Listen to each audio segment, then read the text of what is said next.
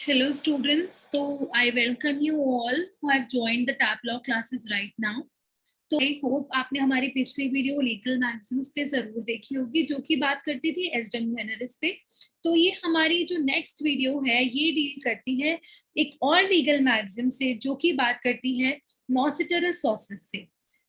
जैसे कि आपके एग्जाम्स आ रहे हैं, इंटरप्रिटेशन ऑफ स्टैट्यूट्स के टॉपिक में कुछ मैगजीन्स, लीगल मैगजीन्स ऐसी है जो कि आपको जाननी बहुत जरूरी है। और अगर आप हमारी ये वीडियोस देखेंगे तो आपके लिए आपके 20 मार्क्स का मैटर तो डेफिनेटली पक्का है कि आप अपने एग्जाम में बहुत सही से लिख के आने वाले हैं। नॉसिटरस सॉसेस लीगल मैगजीन जानने के लिए हमारे साथ एंड तक जुड़े रहे। नॉसिटरस सॉसेस की जब मैं बात करती हूँ पर्टिकुलरली, तो ये क्या बोल रहे हैं भाई कि कहते हैं कि एक ना कुछ रूल्स ऑफ एसोसिएटेड वर्ड्स होते हैं। क्या बोल रहे हैं यहाँ पे, दिस रूल, एज पर this rule the associated words take the meaning from one another, take the meaning from one another. अब क्या होता है जब मैं कोई भी पर्टिकुलर एक सेंटेंस लिख रही हूँ, जैसे राइट मैंने एक वर्ड लिखा, दूसरा लिखा, तीसरा लिखा, वहां ऐसे ऐसे करके मैंने बहुत सारे वर्ड्स लिख दिए, ठीक है ना। अब क्या हुआ, मुझे एक पर्टिकुलर मीनिंग का वर्ड नहीं समझ आ रहा है लेट्स से, तो अब मैं क्या करूंगी। तो जैसी जब भी आपके पास ऐसी सिचुएशन होती है इंटरप्रिटेशन ऑफ स्टैट्यूट करते समय, अगर मैं कोई पर्टिकुलर एक्ट पढ़ रही हूँ, कोई रूल पढ़ रही हूँ, कोई रेगुलेशन पढ़ रही हूँ, कोई बाई लॉज पढ़ रही हूँ, तो उस सिचुएशन में क्या होता है बेसिकली कि भाई अगर मुझे कोई पर्टिकुलर वर्ड नहीं समझ आता तो मैं क्या करती हूँ, उसकी एसोसिएटेड वर्ड्स जिसके साथ वो वर्ड्स लिखा हुआ है उसके एसोसिएटेड वर्ड्स के साथ उसको रीड करूंगी और मैं अंडरस्टैंड करने की कोशिश करूंगी कि what was the real intention behind the making of this particular law by the legislature. यानी कि जब ये पर्टिकुलर लॉ बना था, जब ये पर्टिकुलर स्टैट्यूट बना था और ये मुझे जो समझ नहीं आ रहा है इसके पीछे क्या वजह होगी लेजिस्लेचर की, मैं कैसे समझूंगी। इसके साथ साथ जो वर्ड्स लिखे हुए हैं उनसे उसको उसके साथ रीड करूंगी एंड उसको समझूंगी। तो अगर आपको इंग्लिश में ये बताऊं कि भाई क्या बोलने की कोशिश कर रहे हैं, when the associated words take the meaning from another word where some words are used in a language out of which one meaning is doubtful। समझिए इस चीज को, जैसे ही मैंने आपको समझाया कि भाई ये वन मीनिंग डाउटफुल, कौन सा मीनिंग की बात कर रहे हैं यहाँ पे, ये जो ये पर्टिकुलर मीनिंग है ना, ये पर्टिकुलर मीनिंग डाउटफुल है आपको, तो भी आप उसको कैसे समझोगे, आप उस वर्ड को समझोगे by recourse to the companion words. जैसे ही आपने कंपेनियन वर्ड्स समझ लिए उसके बाद क्या हो जाएगा, आपको वो पर्टिकुलर मीनिंग समझ आ जाएगा। तो कहते हैं इसका लॉजिक क्या है, इसके पीछे लॉजिक ये है कि भी जब भी हम कोई पर्टिकुलर वर्ड यूज करते हैं ना, जब भी हम कोई पर्टिकुलर वर्ड यूज करते हैं उसके साथ साथ हम एक दूसरे से उसका मीनिंग डराइव करते हैं।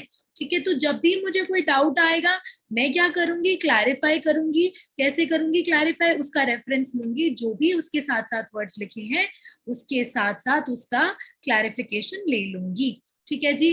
तो लॉर्ड मैकमिलियन ने क्या बोला था, लॉर्ड मैकमिलियन ने बोला था कि भाई a word to is to be judged by the company it keeps. आप जैसी संगत में रहते हो वैसे ही लोग आपको समझेंगे।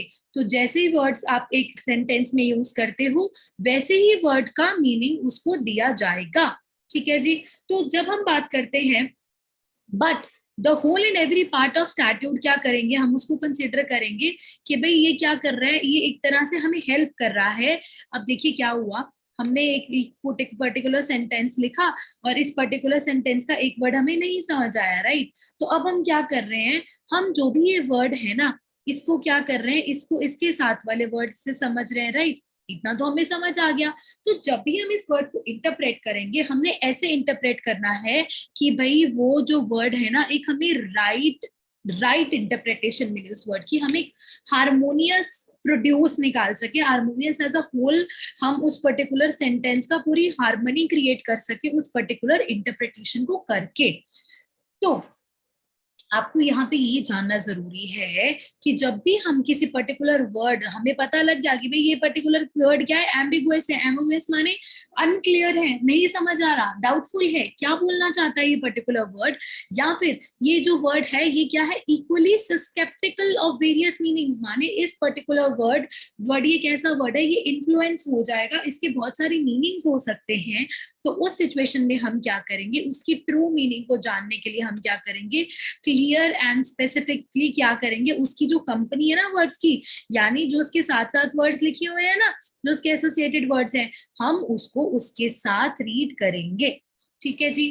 तो यहाँ पे हम एक पर्टिकुलर केस लॉ को अगर मैं बताऊं आपको, तो ये केस लॉ क्या बात कर रहा है, केस लॉ बोल रहा है state of Bombay versus hospital मजदूर सभा। इस पर्टिकुलर केस में इन्होंने बोला था कि भाई जब भी जरूरत है ना, आपने तभी करना है नॉसिटरस वाले रूल का मतलब उसको आपने लागू करना है, उसको आपने यूज करना है। ऐसे रूल को कंस्ट्रक्शन आप तभी देंगे जब आपको एक पर्टिकुलर वर्ड बिल्कुल आपको डाउटफुल है, एम्बिगुअस सिचुएशन थी। ठीक है। सेकेंडली इन्होंने बोला कि भाई ये जो रूल है ना नॉसिटरस का, ये it is just a मियर rule of construction. आपको सिर्फ एक कंस्ट्रक्शन का रूल दे दिया इन्होंने, लेकिन आपको ये बिल्कुल भी नॉसिटरस अलाउ नहीं करता कि आप डेलिबरेटली, यानी कि जानबूझकर एक पर्टिकुलर वर्ड का मीनिंग वाइडर स्कोप दे दे उस पर्टिकुलर मीनिंग को। देखिए क्या होता है, जब भी एक पर्टिकुलर सेंटेंस में एक वर्ड यूज होता है ना, उसके आसपास के वर्ड्स उसके साथ जुड़े होते हैं। तो बेसिकली वो कह रहे हैं कि नॉसिटरल सॉसेस बारे इंटरप्रिटेशन करते समय इस रूल को जब आप करते हो यूज, तो आपने क्या करना है, अगर जैसे ही आपको एक पर्टिकुलरली क्लियर मीनिंग समझ आ गया, आपको वही अपना के चलना है। आपने उसकी जानबूझकर उसकी स्कोप को वाइड करने की कोशिश नहीं करनी है। आपको सिर्फ उसको कंस्ट्रक्ट करना है कि भाई आसपास जो लिखा हुआ है वो क्या कहना चाहता है। ठीक है जी। नेक्स्ट अगर मैं बात करती हूँ नॉसिटरस सॉसेस की ही पर्टिकुलर केस लॉ की, वो था Maharashtra university of health sciences versus सच चिकित्सा मंडल। ये था हमारा 2010 का केस लॉ, 2010 का केस लॉ था। इसमें इन्होंने हेल्प किया कि भाई जो ये लैटिन मैक्सिम है ना नॉसिटरस सॉसेस, ये क्या करती है, ये हमें बताती है कि भाई a statutory term is recognised by the associated word. अब ये स्टैट्यूटरी टर्म्स क्या है, बेसिकली स्टैट्यूटरी टर्म्स माने जो भी हम लॉ के अंदर कुछ पर्टिकुलर टर्म्स को यूज कर रहे हैं, वो कैसे हम जानेंगे, उसके साथ साथ जो भी वर्ड्स हमने बनाए हुए हैं, हम उसको उसको उसके साथ रीड करेंगे एंड हम उसको उसके साथ पढ़ेंगे। ठीक है जी। नॉसिटर अ सॉसेस में ये जो टर्म सॉसेस है ना, सॉसेस का मतलब होता है सोसाइटी। सॉसेस का मतलब होता है सोसाइटी, यानी कि जब भी हम कोई भी जनरल वर्ड्स को एक साथ जोड़ देते हैं स्पेसिफिक वर्ड्स के साथ, अब हमने क्या किया, जनरल वर्ड्स के साथ एक स्पेसिफिक वर्ड लगा लिया, तो क्या कह रही है बेटी, जो जनरल वर्ड होगा ना उसको हम आइसोलेशन में नहीं रीड करेंगे, यानी कि हम इस जनरल वर्ड को किसके साथ देखेंगे रीड करने के टाइम पे, हम इसको देखेंगे स्पेसिफिक वर्ड के साथ, उसका मीनिंग अंडरस्टैंड करने की कोशिश करेंगे। That means their color and their contents are to be derived from their context, कि भाई जो उसका कॉन्टेक्स्ट बोल रहा है उसी हिसाब से हम उस पर्टिकुलर जनरल वर्ड को भी मीनिंग देंगे। ठीक है जी। तो ये तो आपको समझ आ ही गया होगा अभी तक कि भाई जो भी ये नॉसिटरस सॉसेस हम बोल रहे हैं, ये नॉसिटरस सॉसेस क्या करेगा, ये सिर्फ देखिए कि जब आपको क्या हो गया, आपको समझ आ गया कि भाई आपने एक स्टैट्यूट रीड किया, आपने एक particular law regulation rules bylaws कुछ भी रीड किया है, अगर आपने, आपको पता लग गया है कि भाई इसका मीनिंग बिल्कुल क्लियर है आपको, भाई अगर आपको क्लियर है उस पर्टिकुलर वर्ड का मीनिंग, आपसे इंटरप्रिटेशन सही से हो रही है, तो आप ये नॉसिटरस सॉसेस क्यों डाल रहे हैं उसमें, आप उसकी क्यों वाइड कर रहे हैं इसको, दिस इज नॉट अलाउड। ठीक है जी। तो जहां पे भी कहते हैं नॉसिटरस सॉसेस कैन नॉट प्रिवेल, आपको अलाउ ही नहीं किया जाएगा कि भाई जहां पे आपको बिल्कुल क्लियर है ना उसका meaning, it can not prevail in the case where it is clear. आपको पता है कि भाई that the wider words have been deliberately used in order to make the scope, in order to define the corresponding wider. तो basically क्या कहना चाह रहे हैं यहाँ पे कि भाई जब आपको क्लियर है ना एक पर्टिकुलर टर्म का मीनिंग, तो वहां पर आप खुद से कोई मीनिंग नहीं क्रिएट कर देंगे उस पर्टिकुलर मीनिंग को समझाने के लिए। ठीक है। तो बेसिकली बात ये है, हम नॉसिटरस सॉसेस वाली एप्लीकेशन से तब करते हैं जब हमें कोई भी मीनिंग क्या है, डाउटफुल है, तभी हम नॉसिटरसॉसिस अप्लाई करेंगे। तो कहते हैं हम नॉसिटरसॉसिस क्यों अप्लाई करते हैं? हम सिर्फ इसलिए अप्लाई करते हैं ताकि भाई जो लेजिस्लेचर है ना, इंटरप्रिटेशन ऑफ स्टेटमेंट में हम स्टैट्यूट में क्या पढ़ते हैं भी, हमारे लिए लेजिस्लेचर की इंटेंट को जानना जब हम एक इंटरप्रेट करते हैं किसी स्टैट्यूट को, वो बहुत इंपॉर्टेंट है। तो कहते हैं ये बहुत जरूरी है। ऑब्जेक्ट क्या है लेजिस्लेचर का? क्या कह रहे, the object of the legislature in using the wide words is clear.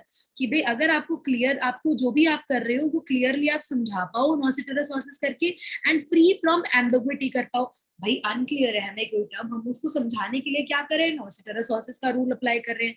ठीक है, the rule of construction can not be applied. अब अगर आपको कोई चीज नहीं क्लियर है तो ही आप ये नॉसिटरसॉसिस की एप्लीकेशन करेंगे। जहां पर आपको इंटेंशन बिल्कुल साफ है, क्लियर है कि भाई ये चीज हमें लेजिस्लेचर समझाना चाहता है, उस सिचुएशन में आप नॉसिटरसॉसिस नहीं अप्लाई करेंगे। तो यहाँ तक आपका टॉपिक था नॉसिटरसॉसिस का। अगर आपको हमारी ये वीडियोस अच्छी लगी हो तो आप हमें जरूर हमारी इस वीडियो को लाइक कीजिए, इसको ज्यादा से ज्यादा स्टूडेंट्स के साथ शेयर कीजिए, लॉयर्स के साथ शेयर कीजिए, आने वाले जजेस जो प्रिपेयर कर रहे हैं उनके साथ शेयर कीजिए, एंड हमारे चैनल को सब्सक्राइब करना नहीं भूलें। हम और वीडियोस के साथ आपके साथ जल्दी ही हाजिर होंगे। टिल देन अपना ख्याल रखिए and all the very best for your coming exams. Thank you.